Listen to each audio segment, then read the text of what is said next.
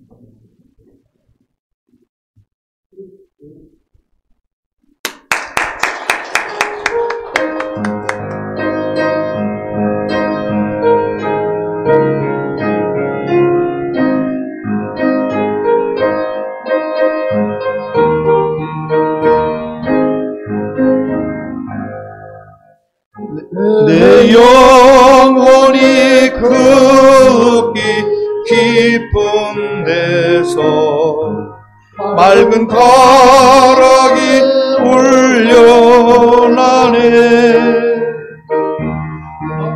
하늘 곡조가 언제나 흘러나와 내 영혼을 고이 싸네.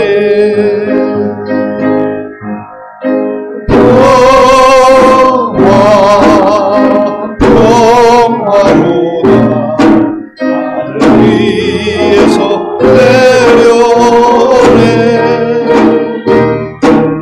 그 사랑의 물결이 영원토록 내 영혼을 덮어소서.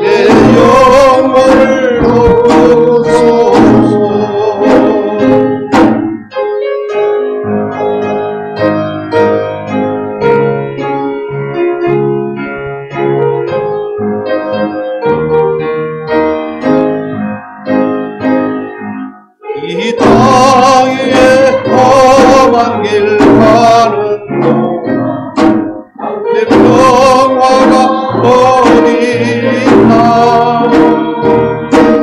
우리 모두 다 예수를 신고 삼아 참 평화를 누리겠네.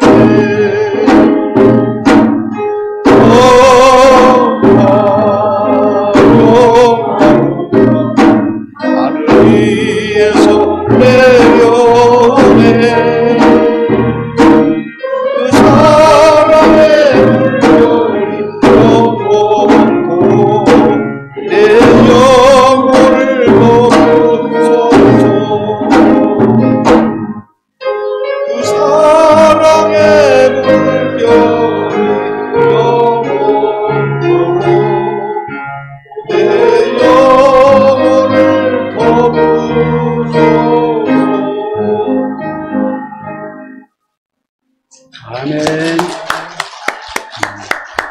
예, 하나님께 영광 돌립니다.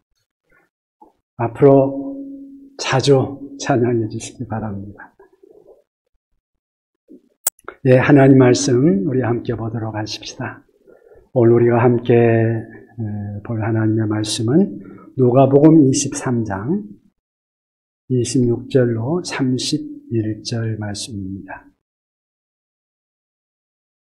신약성경 누가복음 23장 26절로 31절 말씀입니다. 예, 제가 봉독하겠습니다. 그들이 예수를 끌고 갈 때에 시몬이라는 구레네 사람이 시골에서 오는 것을 붙들어 그에게 십자가를 지워 예수를 따르게 하더라. 또 백성과 및 그를 위하여 가슴을 치며 슬피 우는 여자의 큰 무리가 따라오는지라. 예수께서 돌이켜 그들을 향하여 이르시되 예루살렘의 딸들아 나를 위하여 울지 말고 너희와 너희 자녀를 위하여 울라. 보라, 날이 이르면 사람이 말하기를 잉태하지 못하는 이와 해산하지 못한 배와 먹이지 못하는 젖이 복이 있다 하리라. 그때에 사람들이 산을 대하여 우리 위에 무너지라 하며 작은 산들을 향하여 대하여 우리를 덮으라 하리라. 푸른 나무에도 이같이 하거든 마른 나무에는 어떻게 되리요 하시니라. 아멘. 네, 오늘은 너희 자녀를 위하여 울라 하는 제목으로 함께 말씀을 나누고자 합니다. 사실 5월달은 우리가 가정의 달로 지키고 있습니다. 5월 5일날 어린이날, 5월 8일날 어버이날, 또 5월 15일날은 스승의 날, 그러면서 5월달을 가정의 달로 지키고 있죠. 우리가 지난주에는 어린이날이면서 또 어버이날이 함께 한 주간 있게 해서 어버이주일로 그냥 함께 지켰습니다만은, 오늘 말씀을 우리가 함께 나누고 싶은 말은, 이렇게 우리 교회는 보면 대부분이 젊은 사람들은 별로 없고 거의 다 나이 드신 분들만 있어가지고 부모를 공경하라 하는 말이 우리 교회는 그렇게 썩 어울리는 그런 설교가 아닌 것 같아서 우리가 자녀를 위해서 어떻게 할까 하는 것을 생각하다가 오늘 이 말씀을 함께 보았습니다. 오늘 본문을 보면 우리 예수님이 십자가를 지고 가는 그러한 장면이 나오는데 여기서 잊지 못할 의미심장한 눈물의 현장이 등장합니다. 예수님이 십자가를 지고 가십니다. 예수님이 전날 밤에 밤새도록 신문을 받고 몸은 지칠 대로 지친 상태에서 온몸에 채찍을 맞고 그냥 피투성이가 된 그런 상태. 그런데 이제 시간이 되니까 십자가에 처형하기 위해서 십자가를 지고 그 처형장까지 가게 되었습니다.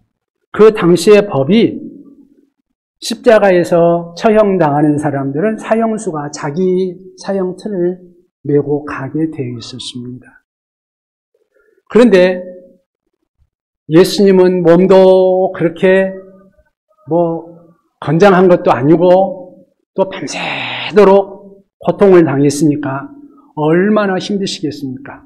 무거운 십자가를 지고 가는데 가다가 힘드니까 쓰러지고 또 넘어지고 그냥 도무지 제대로 갈 그런 여력이 없는 겁니다.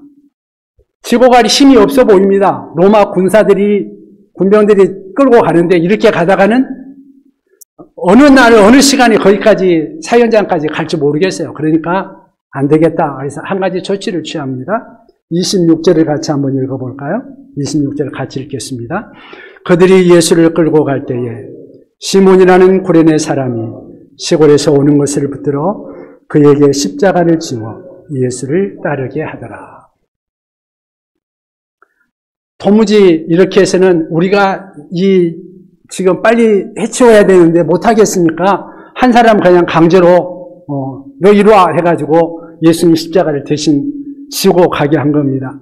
그 당시에 로마 병정의 법은 백성들 중에 점령지에서 누구든지 자기가 원하는 사람들 임의로 징발해가지고 군사적으로 필요할 때는 언제든지 사용할 수 있도록 그렇게 돼 있었습니다. 그러니까 그렇게 한 거죠.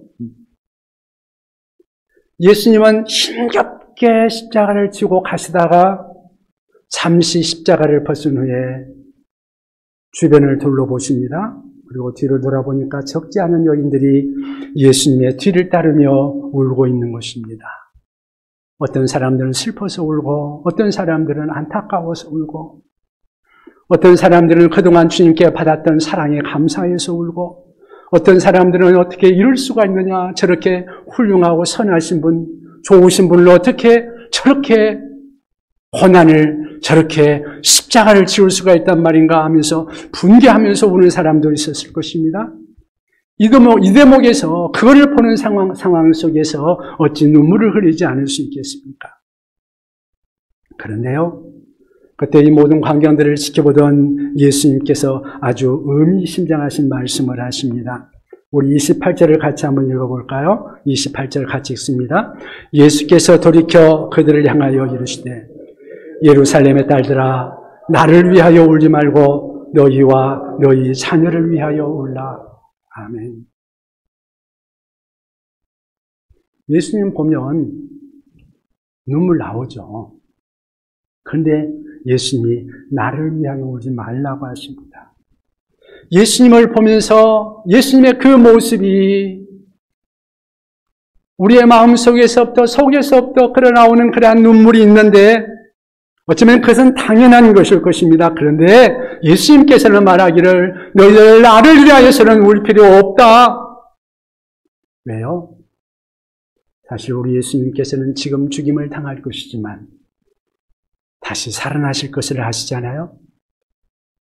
예수님은 죽음을 이기고 다시 살아나실 것이고 그리고 하나님 나라에 승천하셔서 만왕의 왕이 될 그러한 분이신 것을 우리 주님은 하나님이시기에 알고 계시는 거죠.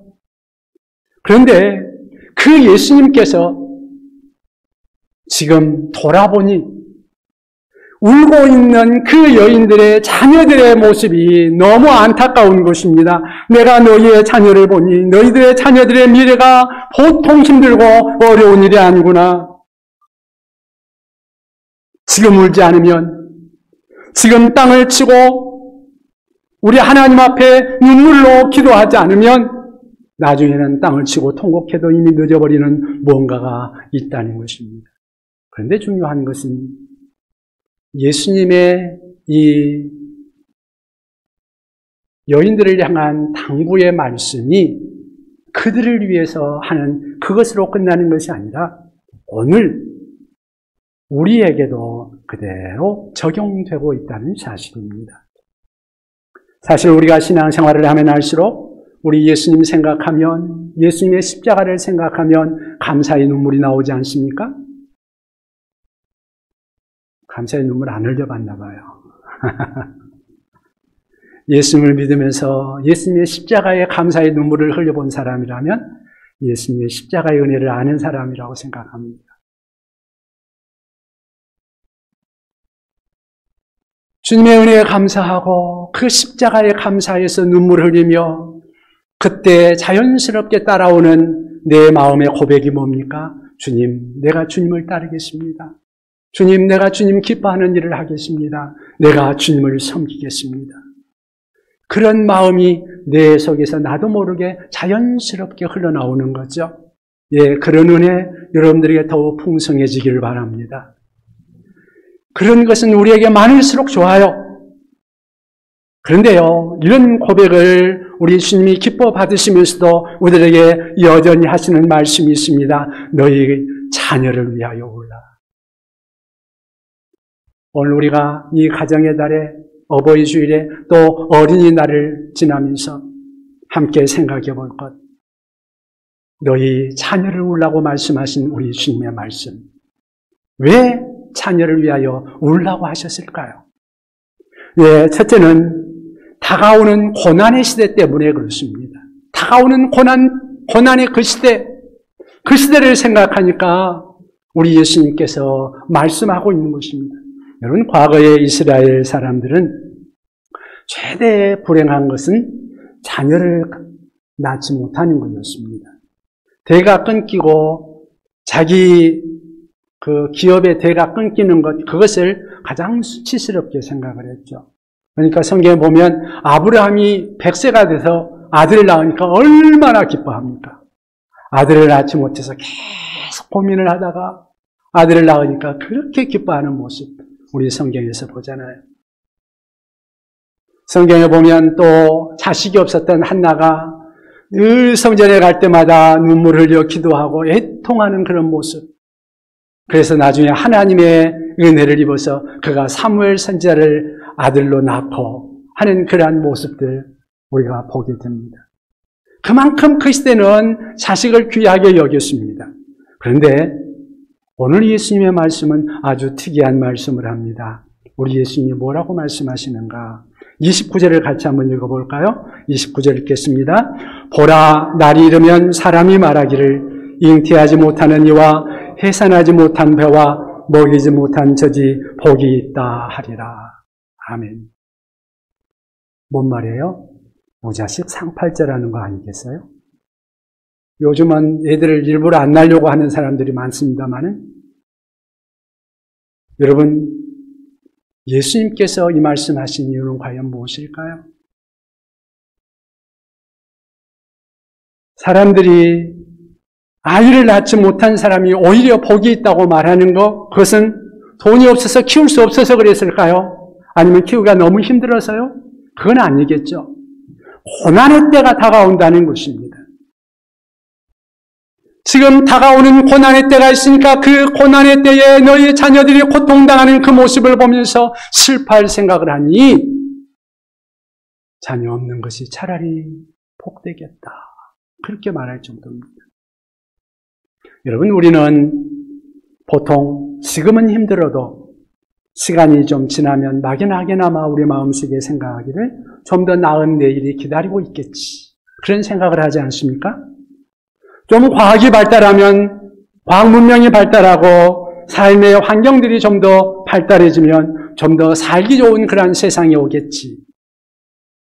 좀 더 의학이 발달해서 병자들을 치료하는 치료술도 더 발달할 것이고 편리한 삶의 여러 가지 물건들, 제품들을 많이 만들어서 사람이 살아가는 모습도 훨씬 더 좋아질 수 있겠지.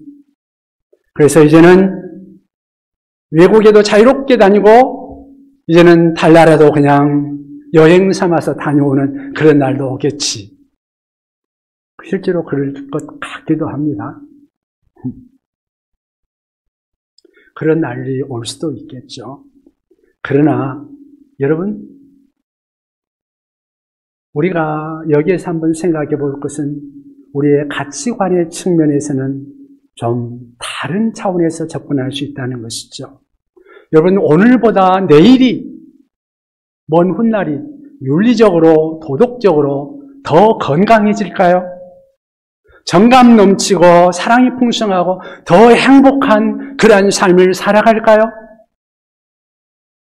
우리는 그것을 기대하지만 객관적인 증거가 없습니다. 오히려 성경에 의하면 부정적이라는 것입니다. 성경은 말세에 고통하는 때가 올 것이라고 말씀하십니다. 디모데후서 3장 2절 이하에 보면 이런 말씀을 합니다. 사람들이 자기를 사랑하며 돈을 사랑하며 자랑하며 교만하며 비방하며 부모를 거역하며 감사하지 아니하며 거룩하지 아니하며. 여러분, 2000년 전에 쓴 말인데요. 꼭 이 시대에 우리를 향하여 쓰는 말 같지 않아요? 계속해서 말씀합니다. 무정하며 원통함을 풀지 아니하며 모함하며 절제하지 못하며 사나우며 선한 것을 좋아하지 아니하며 배신하며 조급하며 자만하며 쾌락 사랑하기를 하나님 사랑하는 것보다 더하며. 꼭 이 시대에 우리의 현실을 보면서 기록해 놓은 것 같은 그 모습 아닙니까? 이것을 신학적인 용어로는 종말론적인 재앙의 때라고 말할 수 있을 텐데, 이거는 시간이 흐르면 흐를수록, 종말이 가까우면 가까울수록 더욱더 심해질 것이다 하는 것이 오늘 성경의 말씀인 것입니다. 여러분, 성경은 보통 한 40년 정도를 한 세대로 보는데요. 우리 40년 전 부모 세대와 그리고 40년 후 부모들이 걱정하는 것들이 많이 달라져 있는 것들을 보게 됩니다. 이전 세대 부모들은 자식들에게 그렇게 말했습니다. 학교 가서 선생님한테 맞을 짓 하면 안 된다. 선생님 말씀 잘 들어야 된다. 그랬는데 요즘에는 어떻게 해요? 선생님이 때리면 핸드폰으로 찍어라.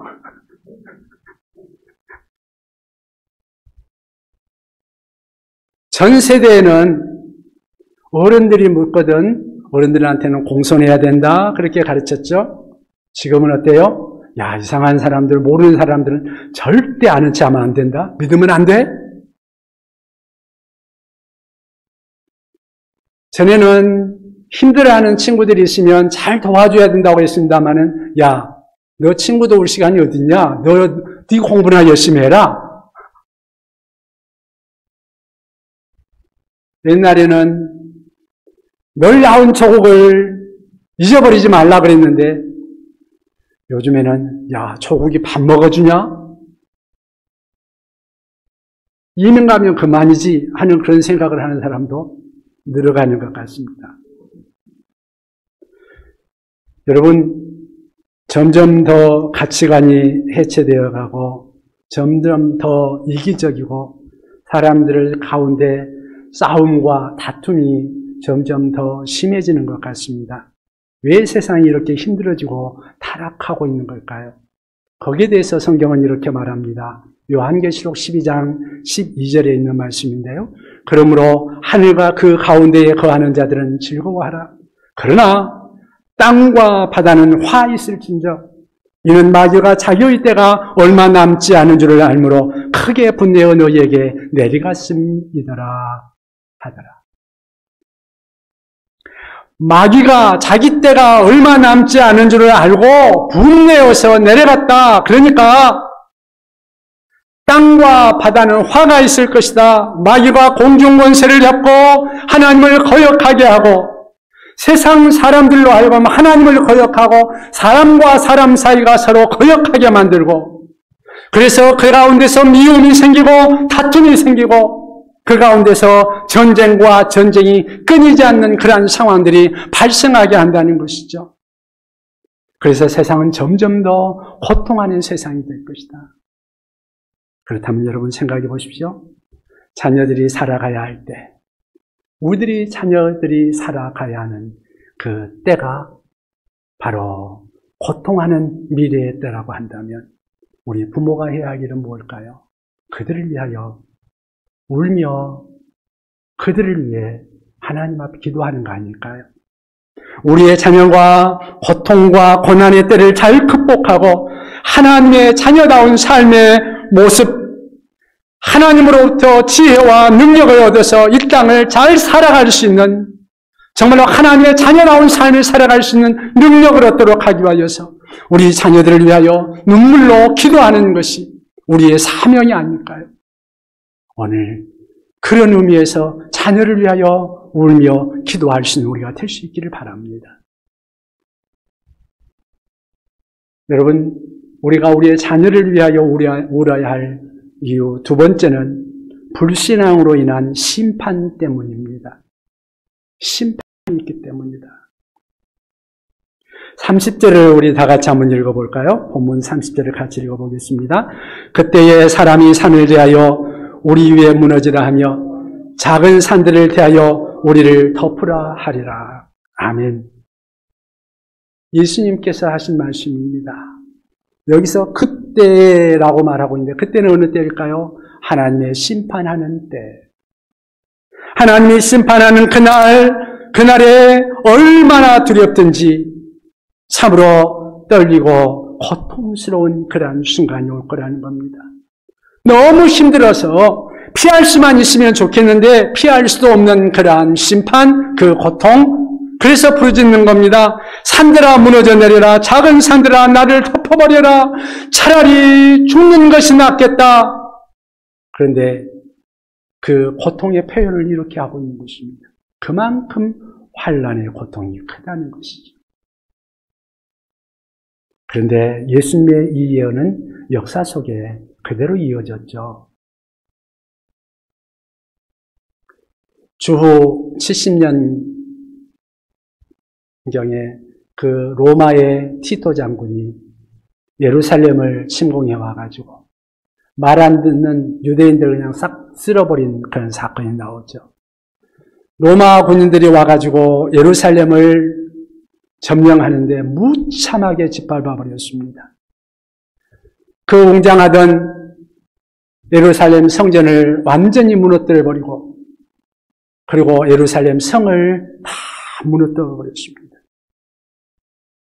닥치는 사람들마다 죽고 죽이고 그러면서 고통을 당하는데 그 중에 항전하는 사람들이 사해 서쪽에 있는 마사다라는 산으로 가가지고 피신을 해가지고 거기에서 끝까지 항전을 하는데 한 2년 항전을 하다가 거기에서 결국은 로마 군인들에게 그들이 점령되면서 모든 사람들이 한 사람도 남지 않고 다 죽게 되는 그러한 사건.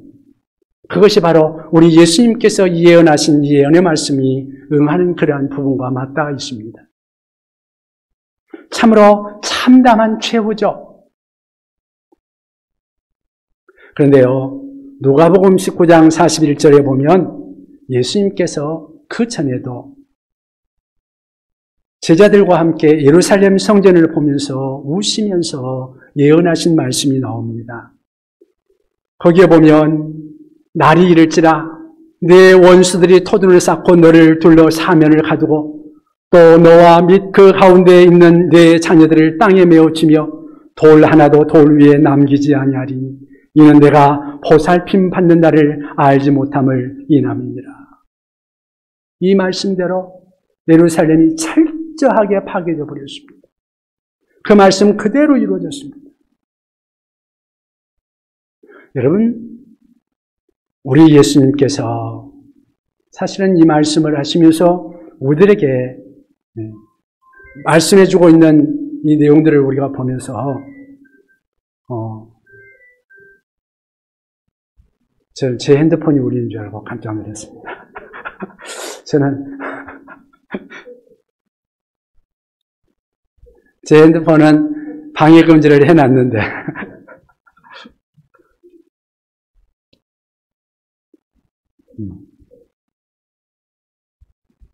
어떻게 보면 우리 예수님의 상황을 놓고 보면 예수님이 이렇게 남 걱정할 그러한 상황입니까? 지금 잠깐 후면 십자가 지고 가서 못 박혀서 죽임을 당할 그런 상황이잖아요. 코앞에 십자가에 엄청난 고통이 기다리고 있는데 그럼에도 불구하고 다가올 환난이 그들에게 다가올 환난이 얼마나 큰지를 우리 주님이 아시기 때문에 앞날을 전혀 모르고 있는 자기만을 바라보면서 울고 있는 그들을 우리 주님께서 어여삐 여기시면서 불쌍히 여기시면서 그래도 사랑하시기에 말씀하고 있는 것입니다. 이미 많은 날들을 눈물로 보내셨기에 절박하게 그들에게 당부하는 것입니다. 너희 자녀를 위하여 울라. 여러분, 이 땅에 역사적 종말이 반드시 오게 될 것입니다. 그 종말일 때 우리 하나님의 최후의 심판의 날에 가장 중요한 것은 우리에게 있어야 할 가장 중요한 것이 무엇일까요? 그것은 아마 심판을 피할 수 있는 믿음일 것입니다. 여러분, 우리가 이 땅을 살아가면서 필요한 것들 많이 있죠? 이 땅에서 성공도 하고 내가 이루고 싶은 성취도 하고 싶고 내가 이 땅에서 무엇인가를 이루고 싶어하는 것들도 많이 있겠습니다만은 그러나 그것들이 그날에 무슨 소용이 있겠습니까? 내가 이 땅에서 무엇을 먹었고 무엇을 입었고 내가 어떠한 행세를 했는지 그것들이 그날에 무슨 의미가 있을까요? 그날에 가장 중요한 것은 과연 그 심판을 피할 수 있는 믿음이 있느냐? 예수 그리스도의 십자가의 보혈을 믿고 죄사함을 받았느냐? 심판을 극복할 수 있는 그러한 준비가 되어 있느냐? 그것이죠. 여러분, 이거는 그냥 말만 가지고 될 수 있는 것이 아닙니다. 내 생각만 가지고 될 수 있는 일이 아닙니다. 내가 어떤 것을 안다고 해서 이루어지는 것이 아니라 내가 진정으로 우리 하나님께서 나를 인정하는 믿음이 필요한 것입니다.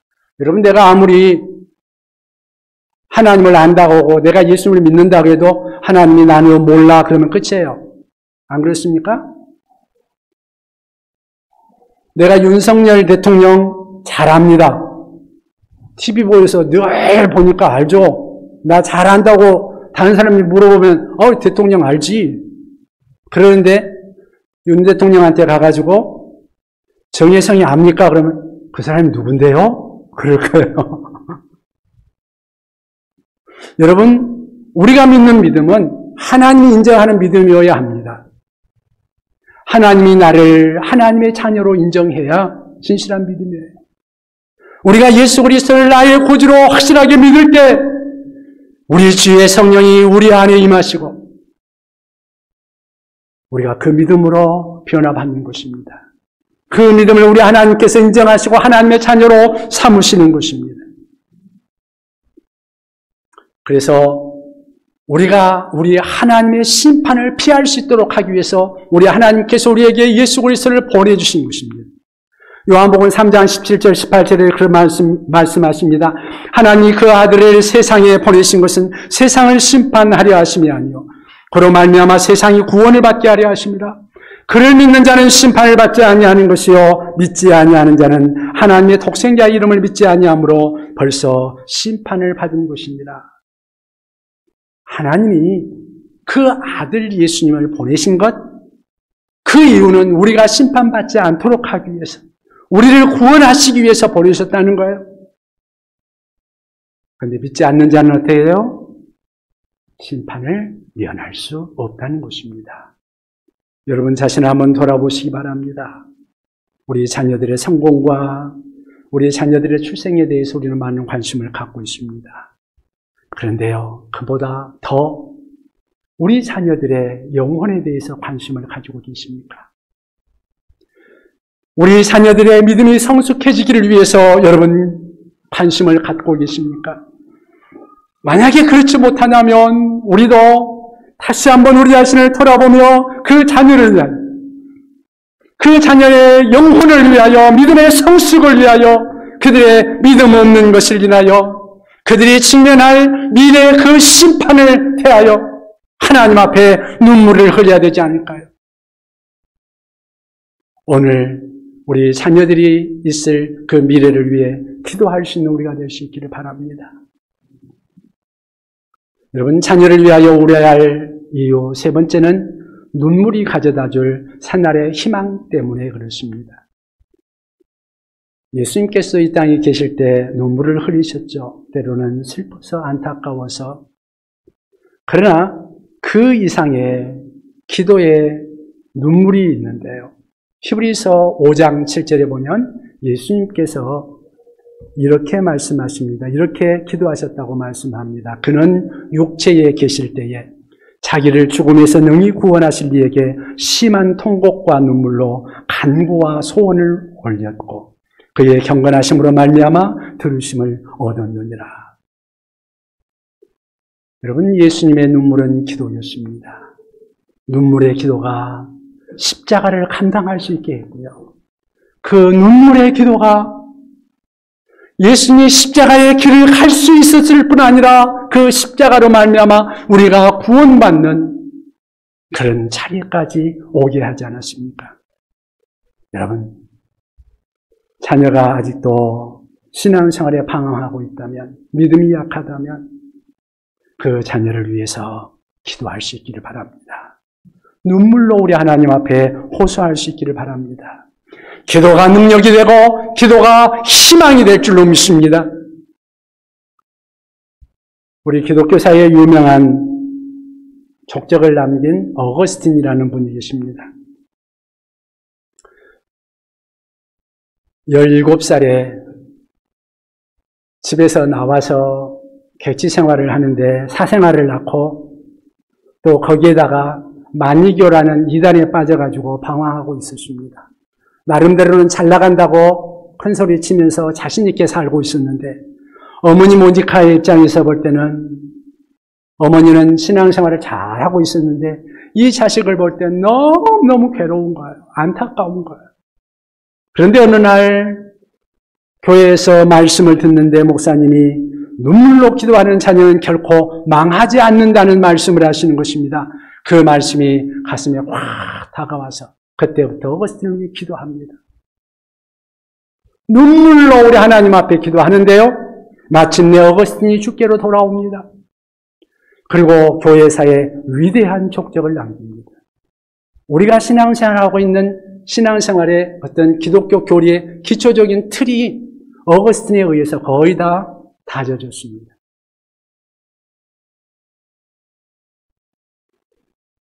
눈물로 기도한 그 기도로 아들이 돌아오고 기독교 역사의 위대한 족적을 남기는 그러한 일까지 일어나는 모습을 봅니다. 그렇다면 눈물의 기도는 역사하는 힘이 크다는 것입니다. 부모는 자녀를 위해서 이렇게 기도할 필요가 있습니다. 여러분, 부모의 기도는 자녀를 변화시키는 힘이 있습니다. 눈물이 가져올 새날의 희망을 가지고 이 자녀를 위하여 울 수 있는 우리가 될 수 있기를 바랍니다. 교육 전문가 오인숙 씨가 쓴 책 중에 너희 자녀를 위하여 울라라는 그 책의 끝부분에 그런 말이 있습니다. 이제 크리스찬 여인들은 자신의 자녀들을 위해 울 때가 되었다. 가정이 무너져가고 아이들의 마음이 황폐해져 거리를 떠돌고 있다. 일부러 할지라도 초등학교 아이들조차도 담배를 피우고 거침없이 욕설을 하는가 하면 음란물과 인터넷 중독에 빠져 들어가고 있는 무서운 시대를 우리는 살아가고 있다. 우리의 자녀 속에 깊이 파고드는 물질 문명의 소산들을 외면하기에는 그 탕류가 너무나 거세다. 이 세대는 부모들의 눈물을 필요로 한다. 하나님의 나라가 바로 우리 아이들에게 달려있기 때문이다. 여러분, 우리의 자녀를 위해 우리가 기도할 필요가 있습니다. 이것 때문에 예수님께서 너희가 너희 자녀를 위하여 울라고 말씀하신 것입니다. 자신의 발걸음도 감당하기 힘든 그 고통의 길을 가면서 예루살렘의 딸들을 향하여 하나님의 백성들을 향하여 오늘 이 시대에 우리를 향하여 우리 주님께서 당부하십니다. 너희 자녀를 위하여 울라. 너희 자녀들에게 고통의 시대가 다가온다. 너희 자녀들의 시대가 이제 불신앙으로 인한 심판의 때가 온다. 너희의 눈물의 기도가 자녀들에게 능력이 되고 희망이 되고 새날이 될 것이다. 그러므로 자녀를 포기하지 않는다면, 새날을 포기하지 않는다면, 여전히 그날을 기대한다면 우리 하나님 앞에서 기도하라고 우리 예수님은 당부하십니다. 오늘 우리 모두 자녀를 위하여 울며 기도할 수 있는 하나님의 사람들이 다 되시기를 바랍니다. 기도하십시다. 하나님 감사합니다.